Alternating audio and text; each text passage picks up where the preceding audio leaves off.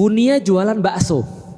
Dulu pas duit masih 200 juta, ibu jual bakso satu mangkok 10.000. Sekarang duit yang beredar di lapangan 365 juta, ibu jual bakso berapa? Ya supaya balik modal aku jual 25.000 lah. Oke, yang lain-lain yang gak ikut dalam perbankan ini, loh kok naik? Duit yang tadi saya pegang 100.000 bisa beli 10 mangkok, sekarang cuma bisa beli 4 mangkok. Dalam dunia ekonomi namanya inflasi. Jelas sampai di sini? Saya juga kuliah di IPB dan katanya IPB itu salah satu plesetannya adalah Institut Perbankan Bogor. Karena banyak lulusannya yang ikut perbankan. Dan saya juga dulu ketika zaman-zaman dulu rutin juga ngisi di beberapa perbankan. Dan kita juga ngasih tahu pada mereka seperti apa yang ditanyakan. Pertama gini, kalau kita jelaskan tentang masalah riba, riba ini adalah satu-satunya dosa di dalam Al-Quran yang diancam perang sama Allah dan Rasul. Jadi saking ngerinya, riba ini diancam perang sama Allah dan Rasul. Dan kita nggak akan mungkin menang perang melawan Allah dan Rasul. Dan riba ini dalam salah satu hadis disampaikan bahwasanya dosanya yang paling ringan seperti menyetubuhi ibu kandung sendiri. Jelas ya? Nggak mungkin kita bayangkan di dalam kepala kita, tapi itu yang terjadi. Maksudnya Rasul menyampaikan dengan cara seperti itu, bahwasanya riba ini termasuk dosa yang paling berat. Kenapa? Ada yang pernah nanya saya, kenapa Ustadz, kan riba nggak kayak bunuh orang gitu, nggak kayak misalnya contoh pelecehan seksual atau segala macamnya. Kenapa riba itu parah banget? Karena riba itu bisa menyebabkan problematika ekonomi sehingga bisa masuk ke dalam dosa-dosa yang lain. Jadi kayak puasa itu meningkatkan ibadah-ibadah lain, riba ini bisa meningkatkan dosa-dosa yang lain. Nih. Saya kasih tahu ya, contoh ya misalnya ya. Nih lihat, simulasi, kita simulasi. Ustadz Maliki punya duit 100 juta. Felix Xiao punya duit 100 juta. Bu Umah buat bank. Taruh lagi gitu ya.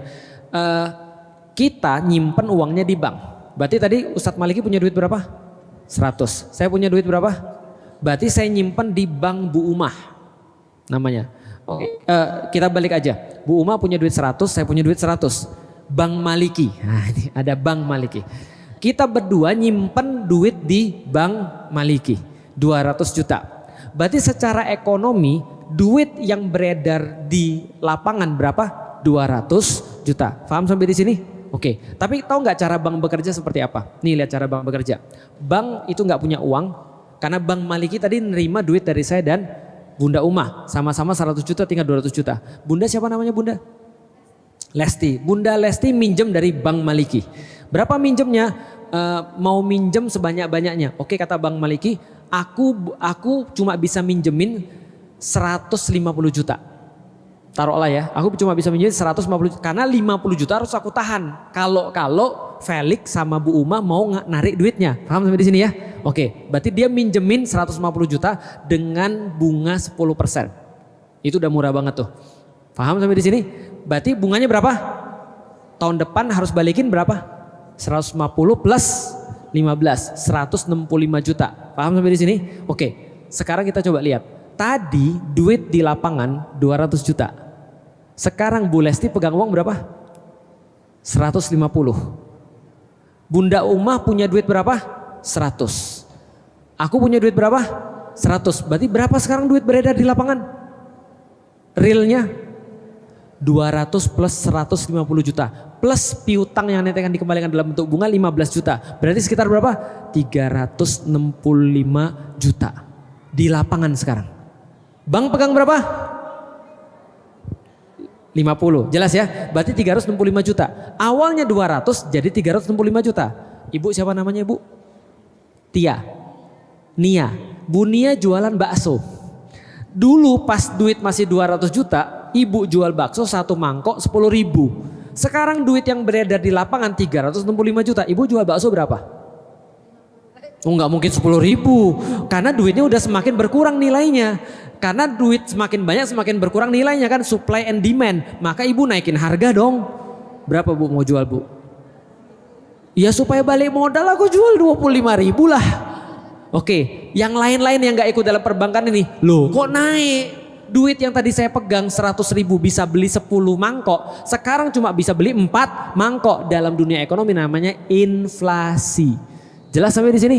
Artinya apa? Daya beli duit menurun, yang paling untung siapa? Bank Maliki. Gak punya kerjaan apa-apa, tiba-tiba dapat 15 juta dari Bu Lesti balikin. Jelas sampai di sini ya? Dalam kenyataan yang ada lebih parah daripada itu. Makanya kenaikan barang-barang, lalu kemudian buat kriminal, buat orang kemudian semua yang minjem kemudian jadi foreclosure, nggak bisa bayar, diambil kemudian ininya usahanya dan segala macam. Ini kerusakannya parah dan ini udah diketahui dari zaman Rasulullah.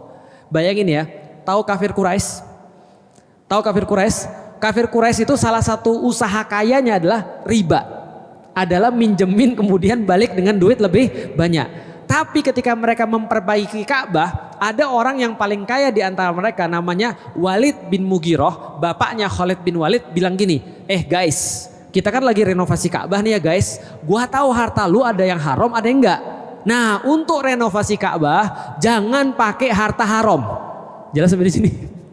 Berarti mereka kalau harta-harta dari riba tuh mereka nggak pakai untuk renovasi Ka'bah. Itu orang kafir Quraisy. Berarti bagi orang kafir Quraisy riba itu uang baik atau uang jahat? Jelas sampai di sini. Oke, sekarang aku mau ngasih tahu tentang Islam. Islam tahu persis bagaimana kerusakan riba. Maka Allah dan Rasul keras banget dengan riba. Siapa yang diancam? Ada 4 orang. 1, yang memberi riba. 2, yang memakan riba.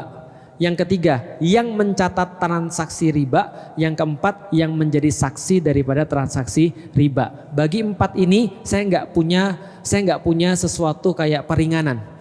Saya nggak bisa bilang tetap boleh, enggak, saya nggak bisa bilang begitu. Maka ketika saya ngisi di bank, itu yang saya bilang. Saya bilang 4 ini nggak boleh. Kenapa? Karena ini dilarang oleh Allah. Makanya biasa setelah saya ngisi bedol desa tuh. Artinya bank-bank tuh pada keluar orang-orangnya. Karena ya gimana, saya nggak bisa untuk membenarkan. Karena ini dalil yang saya pegang, setidaknya keyakinan saya seperti itu. Gitu kan ya, oke, itu adalah tentang 4 tadi. Lalu bagaimana dengan penghasilannya? Oke, sekarang kita masuk kepada ada seorang anak, bapaknya pegawai bank. Lalu kemudian dia kuliah.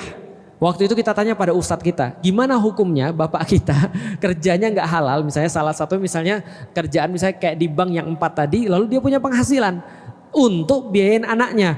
Maka jawabannya sederhana, yang tanggung jawab bapaknya, uangnya yang dia dapat itu adalah dari usaha yang diharamkan oleh Allah, tapi ketika dia pakai itu bukan tanggung jawab anaknya. Jelas sampai di sini? Jadi anaknya nggak ada tanggung jawab di situ. Karena di antara penghasilan bapaknya selain daripada sesuatu yang haram, ada yang halal juga kan? Yang dia lakukan menghabiskan waktu, lalu kemudian untuk sesuatu yang lain kan bukan hanya riba doang. Jadi itu adalah urusan bapak ibunya, bukan sama anaknya. Nah sekarang kalau ada suami kita atau kita sendiri yang kemudian terlibat dalam perkara-perkara yang haram, misalnya kerjaan-kerjaan yang haram. Pertama yang saya sarankan adalah minta kepada Allah ampun banyak-banyak. Minta pada Allah ampun banyak-banyak, istighfar banyak-banyak. Dengan istighfar itu Allah akan kasih jalan keluar.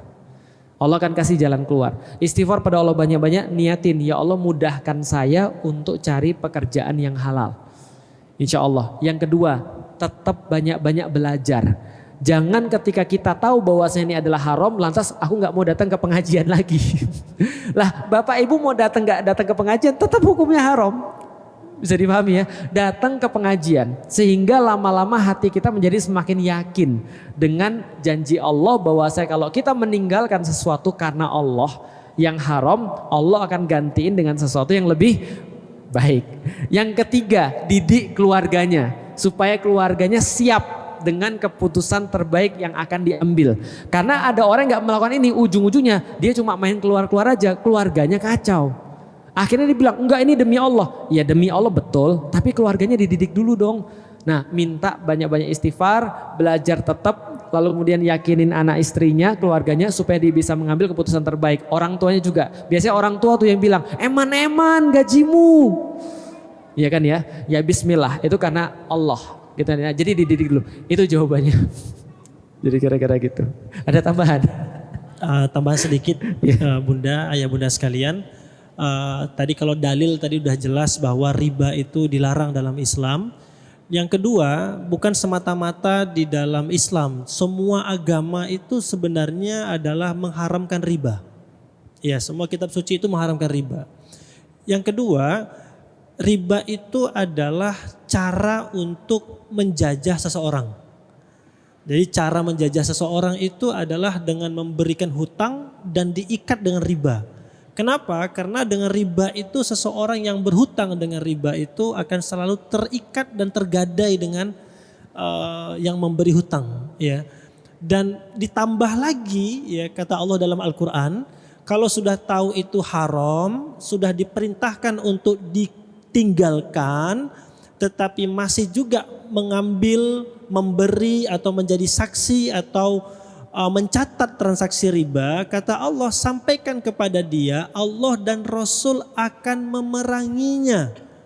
Dan Allah dan Rasul memerangi kita itu dengan aspek-aspek yang kita nggak tahu. Contoh, mohon maaf, diantaranya adalah saya sering beri contoh, ada orang per bulan penghasilannya 10 juta. Tetap anaknya 5 misalkan, penghasilannya hanya 10 juta. Tetapi setiap bulan anaknya bisa makan, sekolahnya terbayar, semuanya sehat, bisa sedekah, bisa nabung, bisa ibadah, bisa ikut pengajian. Ada orang yang penghasilannya per bulan 100 juta. Anaknya mohon maaf mungkin cuma 1. Tetapi 100 juta ini mungkin ada yang keliru pendapatannya dari yang haram. Tetapi setiap akhir bulan selalu hutangnya bertambah. Penyakitnya mungkin selalu terus diuji. Sulit ibadah, suami istri sering cekcok.